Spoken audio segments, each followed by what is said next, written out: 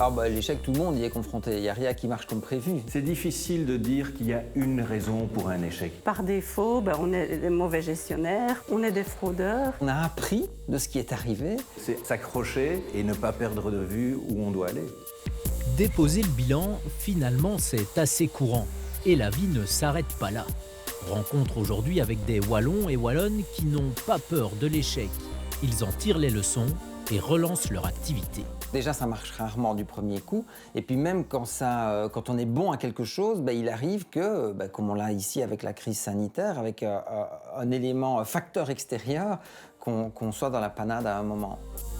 Direction l'entreprise Issol à Dizon, en province de Liège. Ici, le créneau, c'est le panneau solaire.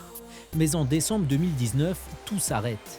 Olivier Demeyer avait rejoint l'entreprise quelques mois plus tôt pour tenter de l'éviter, mais il a dû passer par la faillite avant de relancer l'activité et de faire tout de même quelques changements. Ce qu'il a fallu, c'est chercher des projets de différentes dimensions, d'un côté, et de l'autre côté, aller chercher un autre produit qu'on peut produire quand le projet n'est pas encore vendu.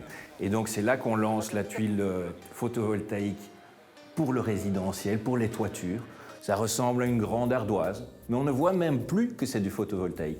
Un nouveau produit phare, constant, et puis d'énormes projets de bâtiments complets, ou même ces étonnantes routes en verre et solaire.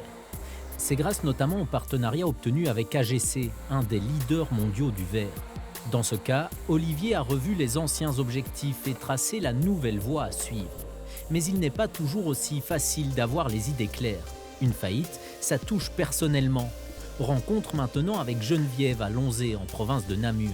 Sa précédente chocolaterie, organisée en coopérative, n'a pas tenu le coup. Donc ça m'a pris un petit peu de temps de me dire comment je reprends, de retrouver l'énergie, le courage, parce qu'il faut quand même faire face à l'échec. Et je me suis dit, je vais quand même recommencer. Je vais le prendre par un autre bout, avec ce qui me reste, ce qui n'était pas beaucoup. Donc je travaille toute seule, petite indépendante en personne physique, avec tout l'arriéré aussi, parce que les banques ne sont plus là, il n'y a plus personne, mais je veux y arriver, quoi. Si je rate, la tentation est grande de m'assimiler et donc de passer de j'ai raté à je suis un raté. On constate ça chez beaucoup de personnes qui échouent malheureusement, c'est que ça contamine l'ensemble de leur personnalité. Depuis le mois de janvier, l'association Reload accompagne ces personnes passées par l'échec entrepreneurial. Une aide gratuite proposée par des spécialistes bénévoles pour éviter tout découragement. L'entrepreneur va être accompagné durant 7 séances par un coach qui va l'aider dans la courbe de deuil, dans l'estime de soi, dans le fait de traverser cet épisode douloureux.